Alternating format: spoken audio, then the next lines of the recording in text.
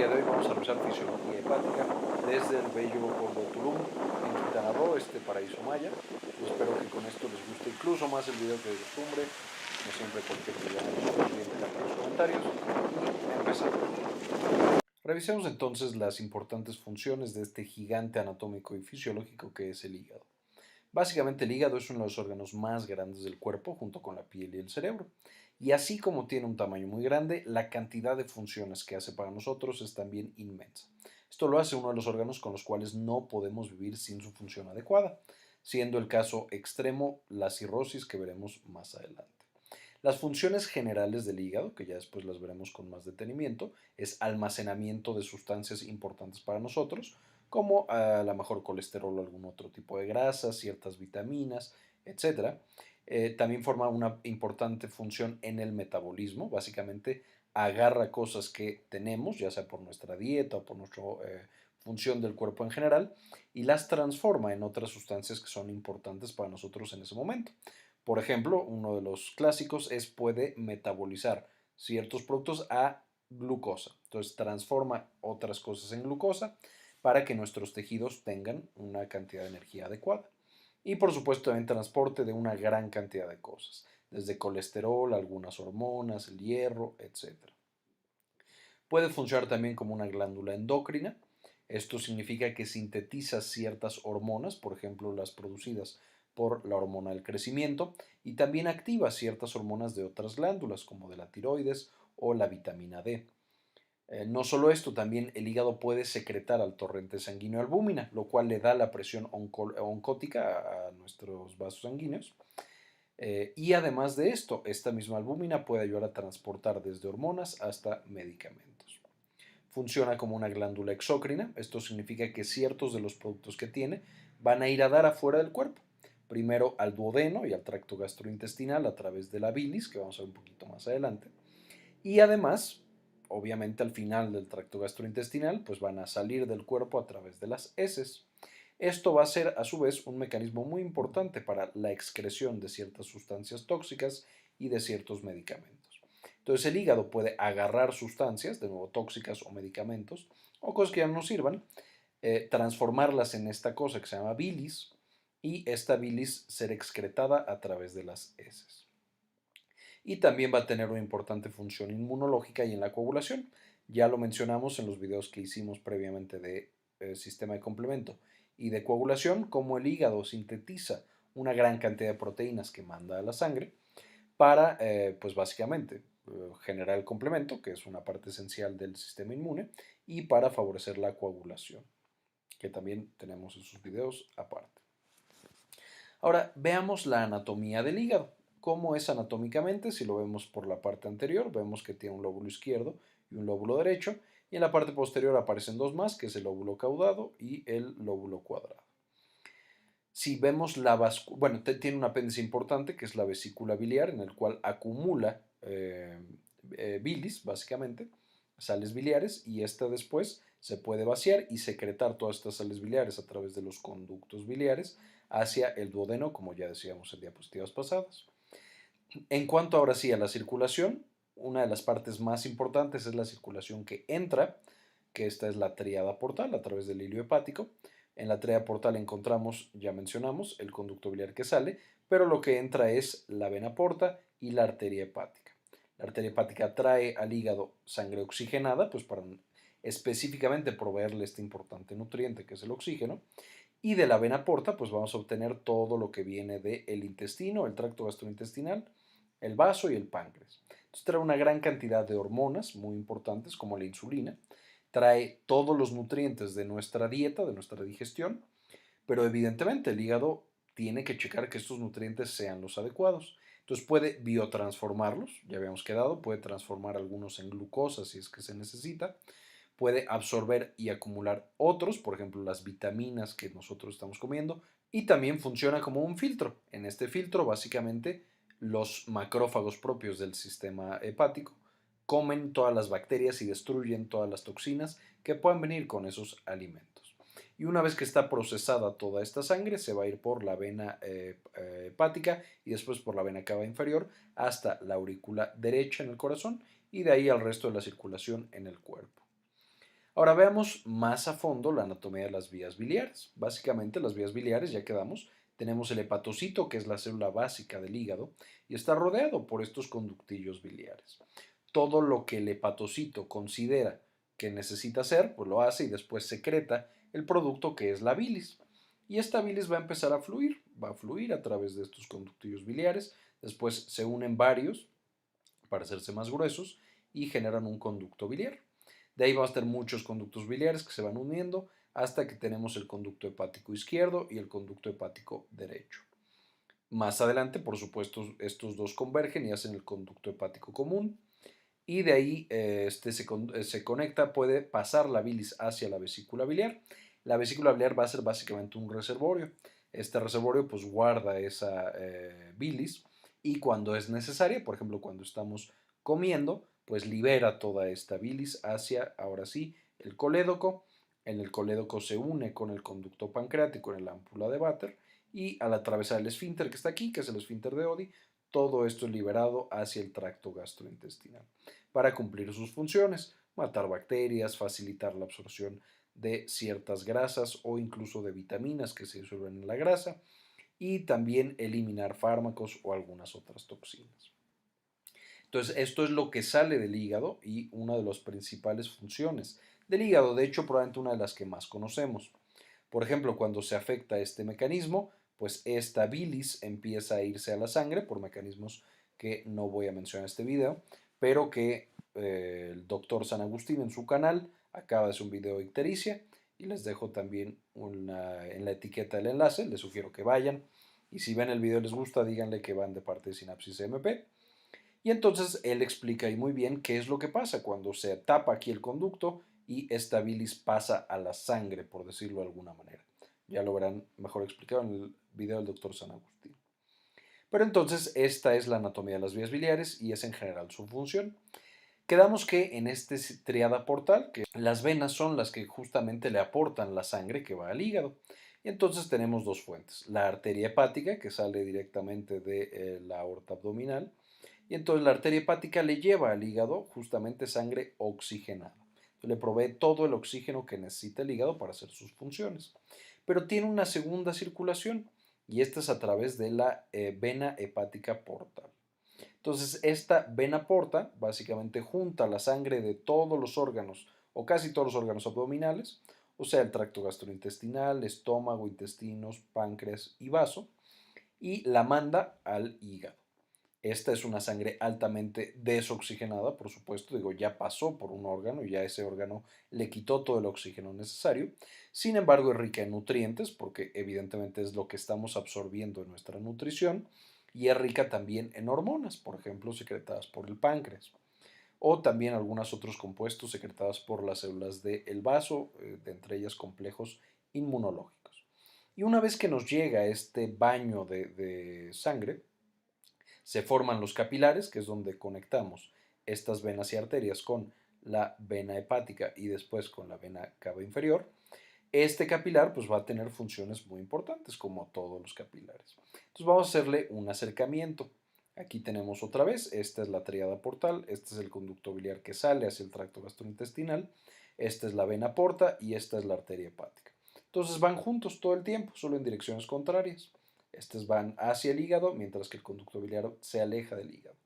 Y una vez que llegan aquí, aquí es donde tenemos estos capilares tan importantes, que conectan nuestras dos circulaciones, arteria hepática, vena portal, con la vena que va a salir del hígado y nos va a llevar todo lo que necesitemos llevar, desde hormonas y nutrientes al resto del cuerpo.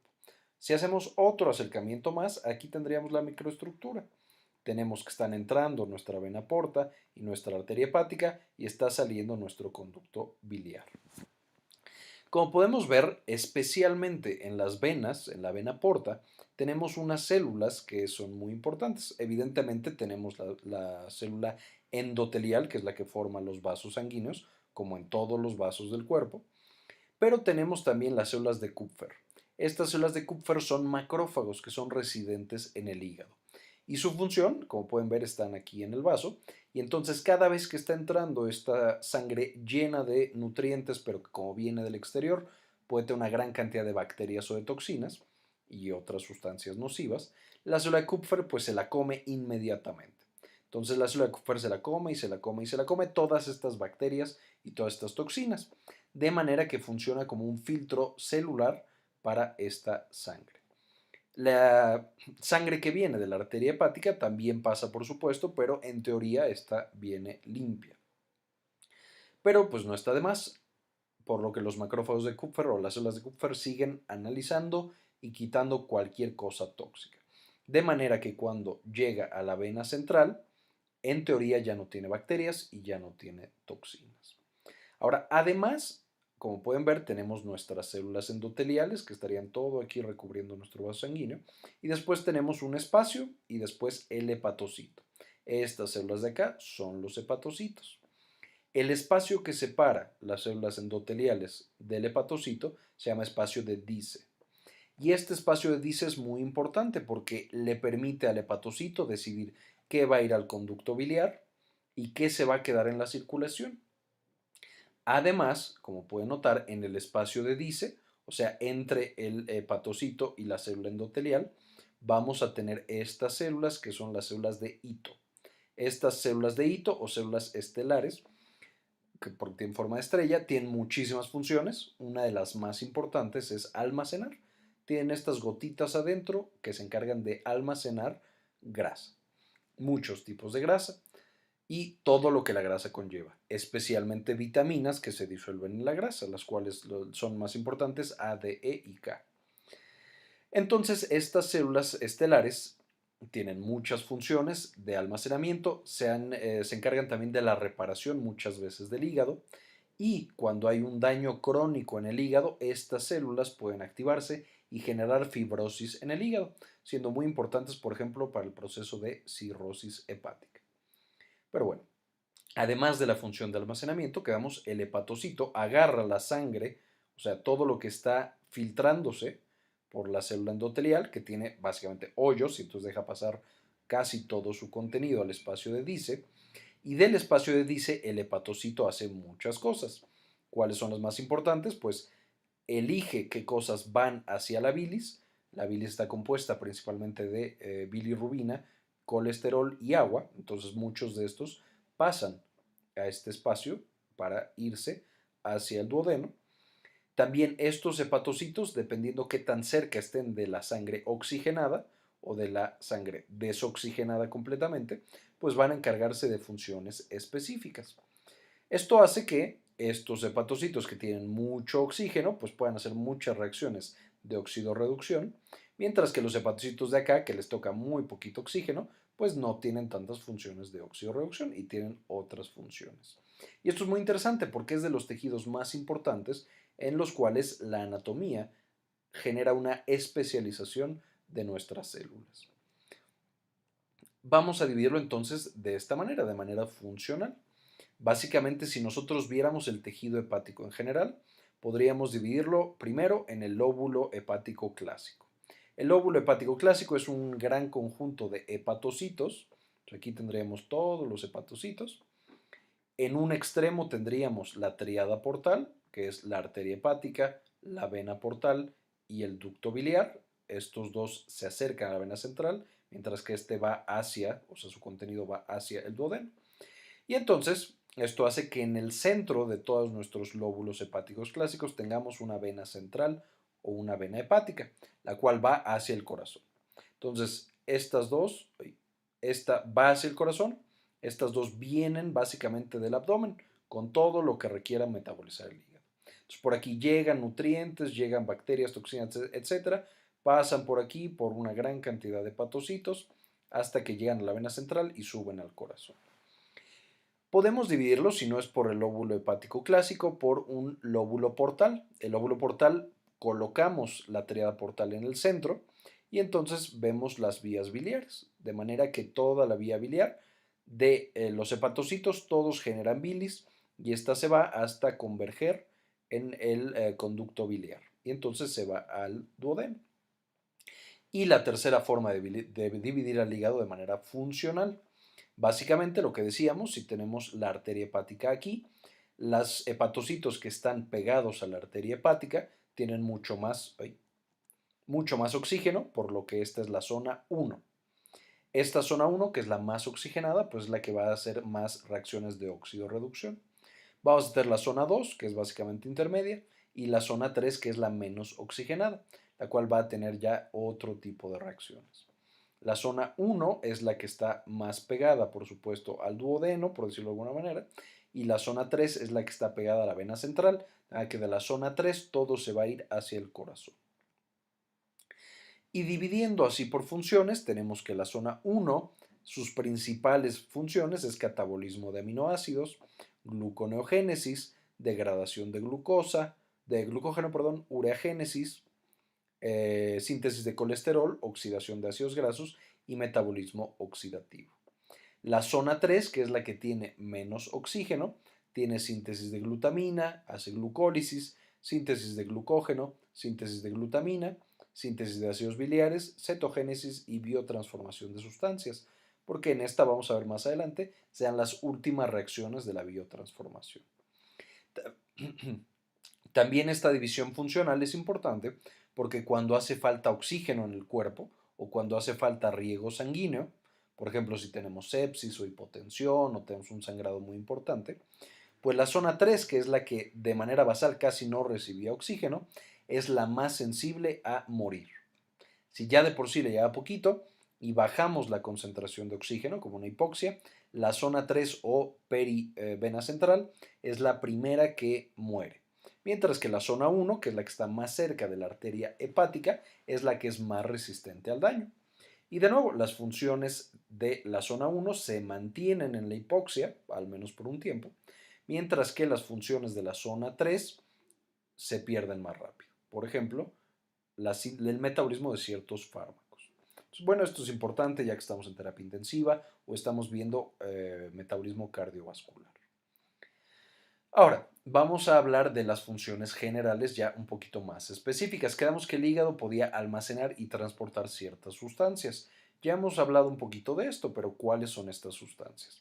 En las células de hito que aguardan esta grasita, pues también guardamos las vitaminas que son liposolubles. ¿Cuáles son estas? La A, D, E y K. Podemos tener almacenes en el hígado incluso de meses de estas vitaminas. ¿Qué significa esto?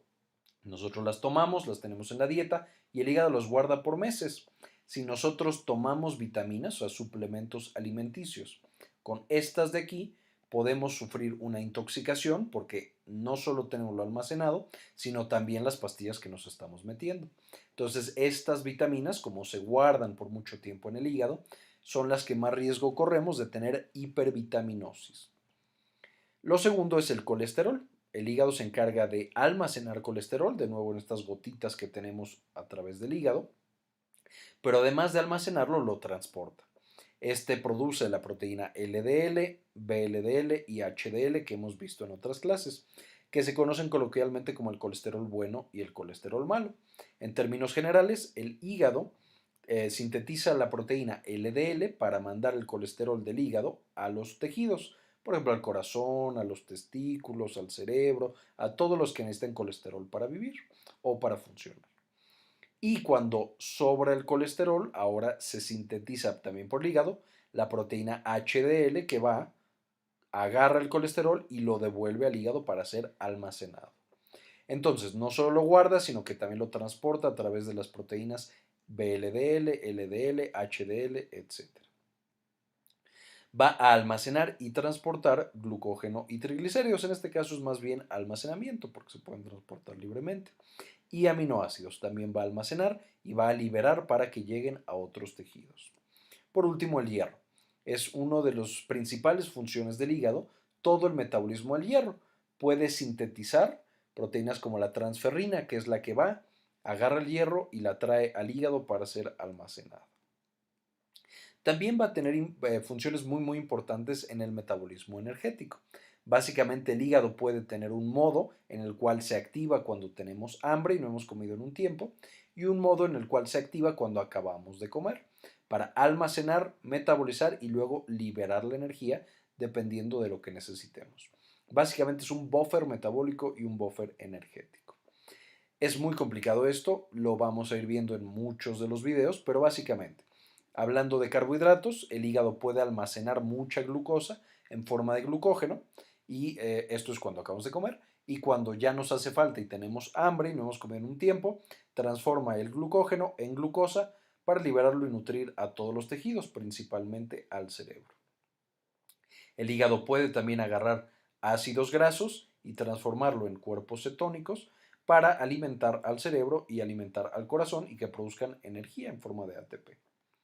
El hígado, cuando recibe pasando ahora a los tejidos grasos, el tejido graso libera glicerol y ácidos grasos, básicamente. El glicerol, el hígado lo transforma en glucosa, de nuevo para nutrir al cerebro, y los ácidos grasos los transforma en cuerpos cetónicos para alimentar al cerebro y al corazón. Y por último, hablando de las proteínas, los músculos, por ejemplo, liberan sus proteínas y le proveen de aminoácidos al hígado. Estos aminoácidos los puede aprovechar el hígado para producir energía directamente en forma de ATP, para producir cuerpos cetónicos y alimentar al cerebro y alimentar al corazón, o para, bueno, hay digamos vías metabólicas más complicadas, podemos transformar el glucógeno en ácido pirúvico y en ácido láctico, para que después el ácido láctico lo transforme el hígado en glucosa y de nuevo nutrir a nuestros tejidos. Entonces, básicamente el hígado puede almacenar aminoácidos, carbohidratos y lípidos y puede también liberarlos, transformarlos para que los demás órganos, como el corazón, el cerebro, tengan energía y puedan sobrevivir cuando no hemos comido en un tiempo. De nuevo, esto ya lo vimos en algunos videos y lo volveremos a ver en más videos con más detalle porque es de los puntos más complicados e importantes del hígado. Tiene también una función muy importante en otras hormonas. Por ejemplo, las hormonas tiroideas tienen que ser desyodadas de T4 a T3 para que tengan ya su acción completa en el hígado. Entonces, el hígado básicamente aumenta la potencia de las hormonas tiroideas y hace que funcionen. Las hormonas esteroides, por ejemplo el cortisol y todas las hormonas sexuales, dependen de los transportadores que generan el hígado. La proteína fijadora de hormonas sexuales, el cortisol también tiene su propia proteína transportadora que hemos visto en otros videos, etc. Sin estas proteínas, pues estas hormonas básicamente no funcionan. La hormona del crecimiento también tiene que llegar al hígado para que el hígado genere estos factores insulinoides o estos son los que básicamente generan el crecimiento, no tanto la hormona del crecimiento, sino estos factores insulinoides que genera el hígado. También en el metabolismo de los carbohidratos es muy importante la función del hígado, de la insulina y el glucagón que secretan el páncreas, ya lo mencionamos en diapositivas anteriores, la mayoría llega al hígado, la mayoría de la función de la insulina y el glucagón tienen efecto en el hígado, casi el 80% de toda la insulina es destruida y después la que sobró, ese 20%, es la que llega al resto del cuerpo. De manera que el hígado controla de una manera muy fina la actividad y la concentración de insulina y glucagón que tenemos en la sangre, siendo esencial, por lo tanto, para el metabolismo de los carbohidratos. Y la vitamina D, esta tan famosa que es para mantener la densidad ósea, necesita ser hidroxilada por el hígado, si no, no tiene una función completa. De manera que esencialmente activa o acaba de producir esta vitamina D ya completamente activada. El hígado tiene función de detoxificación, que es lo que mencionábamos. Nosotros tomamos un tóxico, idealmente no, pero también una pastilla. Y lo que le sucede es que una vez que pasa por el intestino, o sea, nos la tomamos, llega al intestino y se absorbe. Pasa por el sistema porta, por esta vena porta, llega al hígado. Y entonces el hígado es el primer paso del metabolismo. Este metabolismo va a tener dos partes dependiendo de la región. La fase 1 es la oxidorreducción. Esto, por supuesto, va a ser en la zona 1 de los hepatocitos, porque de nuevo es donde hay más oxígeno. Y entonces depende de las de las enzimas citocromo P450. ¿Qué es lo que hacen estas P450? Agarran nuestro fármaco y le pegan básicamente especies polares, la oxidan, la reducen, la hidrolizan, etc. Esto lo que hace es que se vuelvan más hidrosolubles. En algunos casos genera su activación, o sea, puede hacer que un profármaco, una medicina que no funciona, se convierta en una medicina que sí funciona. Un ejemplo clásico es, por ejemplo, la heroína, que una vez que pasa por el hígado se convierte en morfina y ya tiene su actividad completa. Y hay muchos fármacos que tienen este esquema. Lo otro que puede pasar es que como le estamos pegando grupos hidrosolubles y grupos polares, hay algunas sustancias que una vez que pasan por el hígado pueden ser eliminadas por el riñón. Lo segundo es, si no se eliminan por el riñón, por supuesto, que pasen a una fase 2. Esta fase 2 no depende de la oxidorreducción, no directamente, sino que es conjugación. Básicamente agarramos ciertos grupos y a través de unas enzimas llamadas enzimas transferasas les pegamos glutatión, sulfatos, glicina o ácido glucurónico. Estos productos son muy grandes, tienen un gran peso molecular y son altamente polares. Esto usualmente inactiva todos estos compuestos, o sea, hace que ya no puedan llegar a la sangre, específicamente a la célula, y activar a los receptores o generar la toxicidad que tenían antes. Al ser ya inactivos, estos grupos tan grandes pueden ser eliminados por bilis o de nuevo eliminados por el riñón. Entonces lo que favorecen es, uno, dependiendo del producto, que se active el fármaco, o dos, que se elimine cuando ya no lo necesitamos. De hecho, mucho de la ciencia que tiene sintetizar un fármaco es ver qué le va a hacer el hígado. A lo mejor queremos que un fármaco que dura muy poquito vaya y sea activado por el hígado y entonces nos dura muchas más horas. O a lo mejor lo que queremos es que una toxina llegue al hígado, sea conjugada o sea oxidorreducida o hidrolizada y ya no tenga ningún efecto tóxico. Entonces hay que tener mucha consideración para lo que le hace el hígado a todos estos productos. Ahora, grupo hemo y bilirrubinas es otra de las funciones clásicas que de nuevo el doctor San Agustín explica en su video, pero básicamente cuando los eritrocitos viejos llegan al vaso, en el vaso son destruidos. Y al ser destruidos tienen tres compuestos separados que nos interesan. El primero es el hierro. Este hierro es reciclado porque el hígado, que sintetiza la proteína transferrina, la transferrina llega, agarra el hierro y lo lleva al hígado. Y en el hígado se lo pasa a la ferritina y ahí se almacena. Cuando queremos sintetizar nuevos eritrocitos, pues se agarra este hierro que estaba en la ferritina, se manda a la médula ósea y entonces tenemos nuevos eritrocitos. Para completar, por supuesto, el círculo, por eso es reciclaje. Además, en los eritrocitos tenemos la globina, que es una proteína grandota que va transportando cosas dentro o le ayuda al eritrocito en su estructura. Esta globina también puede ser reciclada a manera de aminoácidos en el hígado. Y por último tenemos el grupo hemo, o ya que le quitamos el hierro, la biliverdina. Esta es metabolizada también por muchas enzimas que veremos en un video posterior y se convierte en bilirrubina indirecta. Esta bilirrubina indirecta va por la sangre libre hasta que llega al hígado y en el hígado la transformamos en bilirrubina directa, la cual ya no puede andar libre por la sangre. Cuando se acumula la bilirrubina indirecta es cuando tenemos ictericia y nos ponemos amarillos. Y la bilirrubina directa va a ser uno de los componentes principales de la bilis que después vamos a secretar a través del conducto biliar. De nuevo, aquí tenemos la bilis. Esta bilis, ya quedamos, esta es la anatomía por la cual la vamos secretando. Entonces, una vez que tenemos la bilirrubina directa, le pegamos colesterol y agua y algunas otras sustancias y sintetizamos esta bilis. Va por aquí, llega acá, se acumula en la vesícula biliar. Cuando comemos, se vacía la vesícula biliar, todo sale acá. ¿Y cuál va a ser la función de la bilis en el tracto gastrointestinal? Nos va a ayudar a absorber nutrientes porque saponifica las grasas, las hace bolitas muy chiquitas, haciéndolas muy fácil de absorber para que vayan por el sistema porta hacia el hígado.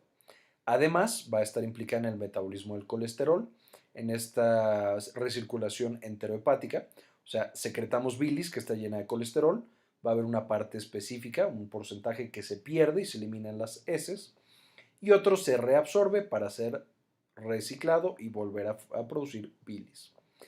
De hecho, este metabolismo del colesterol se está tratando de utilizar para reducir el colesterol en la sangre. Si podemos hacer que no se reabsorba el colesterol, sino que se elimine todo por las heces, pues tendremos mucho menos colesterol en sangre.